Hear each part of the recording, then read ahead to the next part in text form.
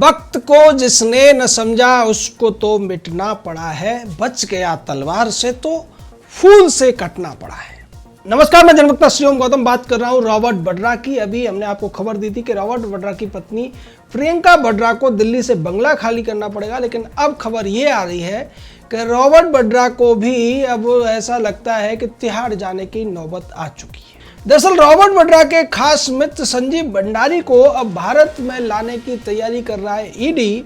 और संजीव भंडारी के भारत आने के बाद में उनसे कड़ी पूछताछ की जाएगी और फिर वो बताएंगे कि दलाली का जो काम उन्होंने किया था उसमें रॉबर्ट वड्रा की क्या भूमिका थी,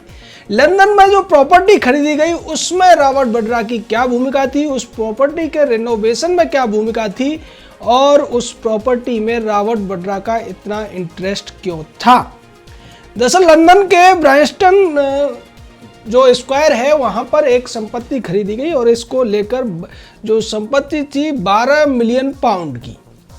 इसको लेकर रॉबर्ट वड्रा बहुत ज़्यादा बातें कर रहे थे और संजय भंडारी के जो रिश्तेदार थे उन लोगों से बार बार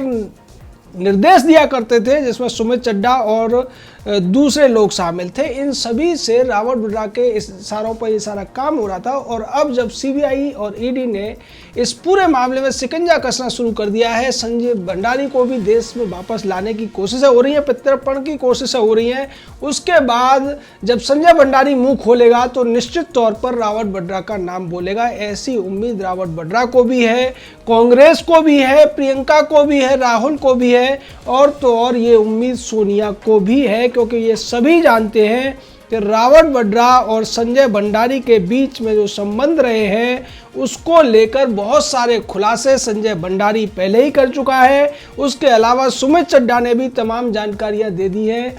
प्रवर्तन निदेशालय और सीबीआई को। ये जो पूरा केस है इसमें अगस्ता वेस्टलैंड हेलीकॉप्टर खरीद का मामला भी है और साथ ही साथ सैमसंग की एक बड़ी दलाली का मामला भी है, जिसके बारे में 5.5 इसके बारे में बहुत पहले खबर आ गई थी। ये पूरी दलाली थी 49,99,000 डॉलर की, यानी कि करीब करीब $5 मिलियन की दलाली सैमसंग कंपनी से ली गई थी और इसी दलाली के दम पर जो लंदन का ब्राइस्टन स्क्वायर है वहां पर एक फ्लैट खरीदा गया था रॉबर्ट वड्रा के लिए। और ये पूरा का पूरा मामला 2012 का है, जिसमें रॉबर्ट वड्रा की बड़ी भूमिका रही थी और इसी भूमिका के चलते अब रॉबर्ट वड्रा की जो मुश्किलें हैं वो बहुत ज़्यादा आगे बढ़ने वाली है, इसके स्पष्ट संकेत हो गए हैं। जहाँ तक सैमसंग की डील की बात है वो 2007 की थी और आपको याद होगा 2007 में भारत का वित्त मंत्री हुआ करता था पी चिदम्बरम के वित्त मंत्री रहते हुए इस तरीके की बातें हुई। इसके साथ साथ एक पेट्रोलियम सौदा भी था और आगे अगर बात की जाए तो इसके जो सेंटेक इंटरनेशनल संजय भंडारी की कंपनी थी उसने सैमसंग इंजीनियरिंग कंपनी से के लिए दलाली की थी। दक्षिण कोरिया की फोस्टर व्हीलर एनर्जी लिमिटेड भी इसमें शामिल थी। तो इस तरीके से पूरा का पूरा ये बहुत बड़ा खेल खेला गया था और उसके मार्फत ये बड़ी दलाली ली गई थी, जिसकी कीमत अगर हम बात करें 49,99,969 डॉलर की, तो ये करीब करीब आज के अगर हम रेट को देखें तो 40 करोड़ के आसपास ये बैठता है। इतनी बड़ी दलाली की रकम ली गई थी और इसमें ये कहा गया था कि आधी रकम शुरुआत में ली जाएगी और आधी रकम उसके बाद काम पूरा होने के बाद में ली जाएगी। सेंटेक जो कंपनी थी उसने बोटेक्स के खाते में बड़ी रकम ट्रांसफ़र भी की थी और बोटेक्स प्राइवेट लिमिटेड के कई शेयर जो थे बाद में स्काईलाइट जो कंपनी थी, स्काईलाइट इन्वेस्टमेंट FZE दुबई, वो उसमें ट्रांसफ़र हुए थे और ये कंपनी थी रॉबर्ट वड्रा की। अब आप पूरा खेल समझ गए होंगे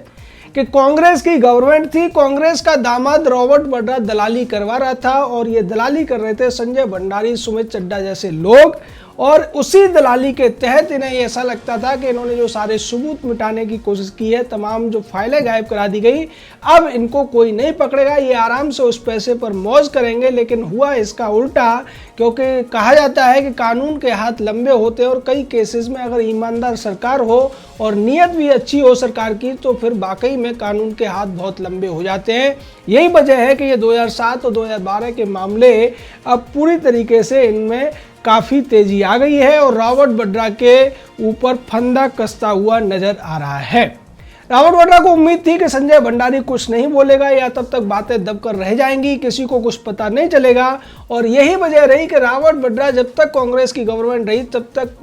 दिल खोलकर दोनों हाथों से लूट खसोल का पूरा कारोबार करते रहे। यही वजह रही कि रावत वड्रा की जो कंपनी 50,000 की कंपनी थी वो बाद में उसमें करोड़ों अरबों रुपए देखने को मिले। रावत वड्रा को कांग्रेस की सरकार के जो मुख्यमंत्री हुआ करते थे, चाहे हरियाणा का मुख्यमंत्री भूपेंद्र सिंह हुड्डा हो या फिर राजस्थान का मुख्यमंत्री अशोक गहलोत हो, इन सभी ने रावत वड्रा को जमीनों के रूप में तमाम जो तोहफे दिए, तमाम रिश्वत दी, जिससे कि उनका 10 जनपद के अंदर प्रभाव बना रहे, उनको फायदा मिलता रहे, उनकी कुर्सियां बची रहें।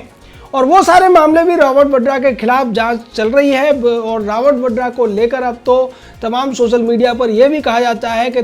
सबसे बड़ा देश का जमीन चोर रावत वड्रा है। इसको लेकर बाद में प्रियंका वाड्रा को ऑब्जेक्शन भी हुआ था। और अभी भी तमाम ऐसे मीम चले थे कि जिस लद्दाख की ज़मीन में कुछ उगता नहीं है उसको तो रावत वड्रा भी नहीं हड़पेगा, लेकिन चीन ने हमारी ऐसी ज़मीन को हड़प लिया, इसलिए हमें उसको सजा देनी पड़ेगी। ये अक्साई चीन जिसको नाम दिया जाता है, अक्साई भारत, अक्साई लद्दाख, उसकी मैं बात कर रहा हूँ, जिसको कभी नेहरू ने कहा था कि एक वहाँ पर तिनका भी नहीं उगता है। लेकिन रावत वड्रा को लेकर जिस तरीके से अब सीबीआई और ईडी तमाम केसेस के अंदर मुस्तैदी दिखा रही है, उसके बाद फिर से कांग्रेस यही कहेगी कि देखिए अब नेहरू गांधी परिवार के इस दामाद से भी ये बदला ले रहे हैं। पहले बेटी को बंगले से बाहर निकाल दिया और अब दामाद को बंगले से उठाकर तिहाड़ पहुंचाने की तैयारी भारतीय जनता पार्टी और नरेंद्र मोदी कर रहे हैं, जिसको लेकर पहले ही कहा जा चुका है। प्रधानमंत्री नरेंद्र मोदी ने पिछली बार संसद में वायदा किया था कि मैंने अपने पहले कार्यकाल में ऐसे लोगों को जेल के मुंह तक लाने की, अदालत के मुंह तक लाने की कोशिश की है और अपने अगले कार्यकाल में मैं इनको जेल के अंदर ले जाने का काम करूंगा।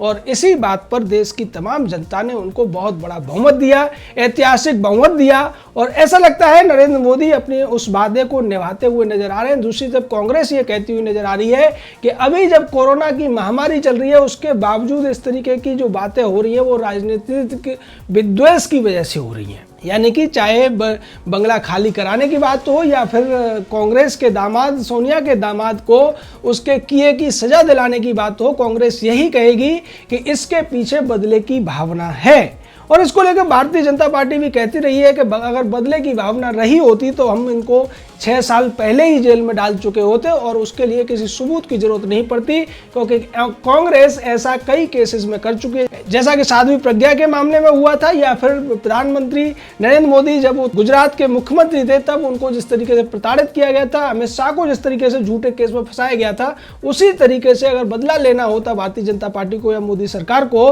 तो नेहरू गांधी खानदान आज बेल पर नहीं बल्कि जेल में होता। वाकई में इस बात में सच्चाई है। और इसी वजह से मध्य प्रदेश के मुख्यमंत्री रह चुके कमलनाथ की दिक्कतें भी बढ़ती जा रही हैं, क्योंकि उनका खास भांजा जो है रतुल पुरी और जो उनका जीजा है दीपक पुरी, इनकी मुश्किलें भी मोजर बियर के मामले में बहुत ज़्यादा बढ़ गई हैं। उनके तमाम ठिकानों पर छापेमारी हुई सीबीआई की और उसके बाद अब ऐसा लग रहा है कि उनको पूरा का पूरा जो मामला है खुलता हुआ नजर आ रहा है। धोखाधड़ी के कई मामले उनके ऊपर हैं, एक में पंजाब नेशनल बैंक भी है, इंडियन बैंक भी है, कई सारे बैंकों के साथ उन्होंने धोखाधड़ी की। उनकी कंपनी चला करती थी मोजर बियर, लेकिन उसमें उनको तगड़ा घाटा हुआ। उसके बावजूद वो लोग अपनी कंपनी के एसेट्स को बढ़ा चढ़ाकर दिखाते रहे और उसके बदले में उन्होंने मोटा लोन ले लिया, क्योंकि वो रसूखदार थे। उनका जो साला था वो कमलनाथ था, जो कि अब मुख्यमंत्री रहा मध्य प्रदेश का, और उससे पहले वो केंद्रीय मंत्री हुआ करता था। तो कांग्रेस के जो ज्यादातर नेता हैं, चाहे वो आला कमान के रिश्तेदार रहे हो या छुटवैया नेताओं के रिश्तेदार रहे हो, उन्होंने कांग्रेस की जब यूपीए 1 और यूपीए 2 की गवर्नमेंट रही थी तो उन्होंने दिल से और पूरे दोनों हाथों से जिस तरीके से देश के खजाने को लूटा था, उन्हें ऐसा लगता था कि वो लूट करके आसानी से बच जाएंगे और इसी पैसे के दम पर तमाम वकीलों को खरीद लेंगे, तमाम अधिकारियों को खरीद लेंगे, जांच एजेंसियों का मुंह बंद कर देंगे और आसानी से उस पैसे पर अय्यासियां कर लेंगे। लेकिन अब ऐसा होता हुआ दिख नहीं रहा है। कांग्रेस के चाहे छुटवैया नेता हो या फिर 10 जनपद का दामाद रावत वड्रा, इन सभी के ऊपर इन्होंने जो घोटाले किए हैं, इन्होंने जो चोरियां की हैं, इन्होंने जो लूट की है, उसके अब जो पाप का जो घड़ा है भर चुका है और इनके जेल जाने का, इनके सजा मिलने का समय नज़दीक आता जा रहा है। इसी वजह से अब चाहे रतुलपुरी हो वो भी नहीं बच पाएगा और संजय भंडारी के भारत में प्रत्यर्पण के बाद आ जाने के बाद तो निश्चित तौर पर आप समझ लीजिए जिसका सभी देशवासियों को इंतजार था कि कब दामाद जी जेल जाएंगे, जिसकी प्रधानमंत्री ने पहले चुनाव में घोषणा की थी कि दामाद जी हों या कोई दूसरे हों वो बचेंगे नहीं, जीजाजी भी नहीं बचेंगे और 2G वाले भी नहीं बचेंगे। तो ऐसा लगता है कि अब दामाद जी के जेल जाने का समय आ गया है और उसके बाद माँ बेटे भी जेल जाएंगे, क्योंकि ये भी कई केसेस के अंदर जमानत पर चल रहे हैं और जमानत कोई लंबी अवधि के लिए नहीं होती, जमानत की एक सीमा होती है और इसकी सीमा भी जल्द ही खत्म होने वाली है। जय हिंद, जय भारत।